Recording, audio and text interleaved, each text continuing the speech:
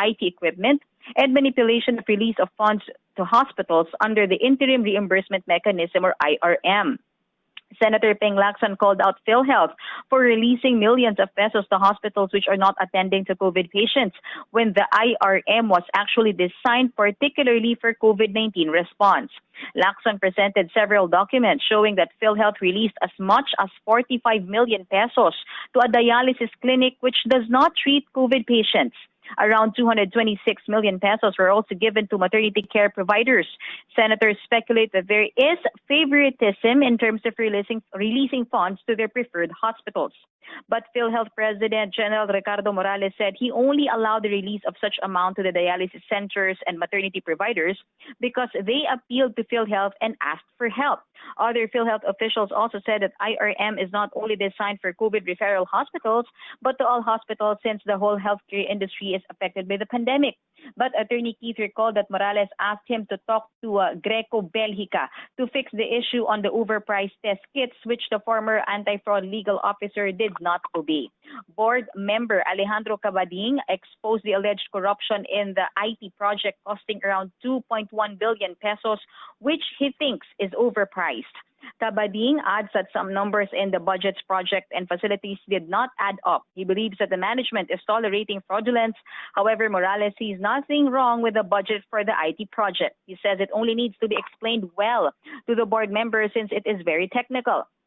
But Lacson recalled the history of anomalous procurement of IT products in PhilHealth, like the acquisition of 74.3 million peso worth of 24 network switches in 2018. PhilHealth requested for another batch of network switches in 2019, costing around 4.8 million pesos.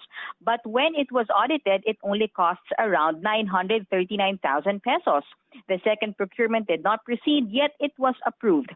Officers of the PhilHealth failed to give a definite explanation to this. Meanwhile, Sean Morales admitted their estimated fraud index in PhilHealth is at 7.5%.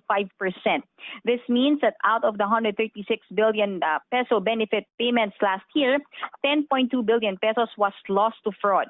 If this continues with the 240 billion peso projected expenditure next year, around 18 billion pesos will be lost to fraud again. Sean?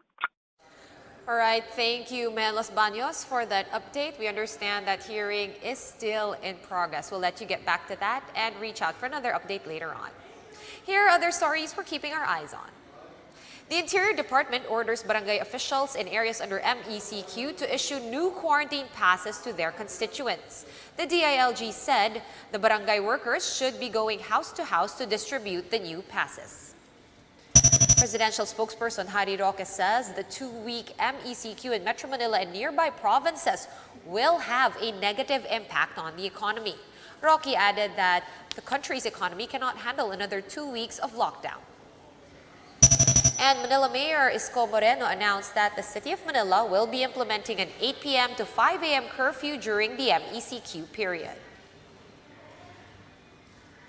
For more updates, follow News 5, The Philippine Star, and Business World online. Visit our website, onenews.ph, for more in-depth analysis.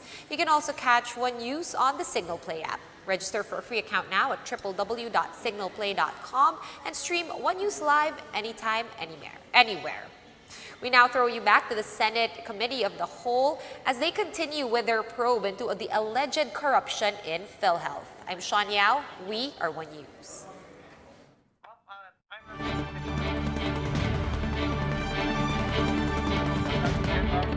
Refer to our Executive Vice President.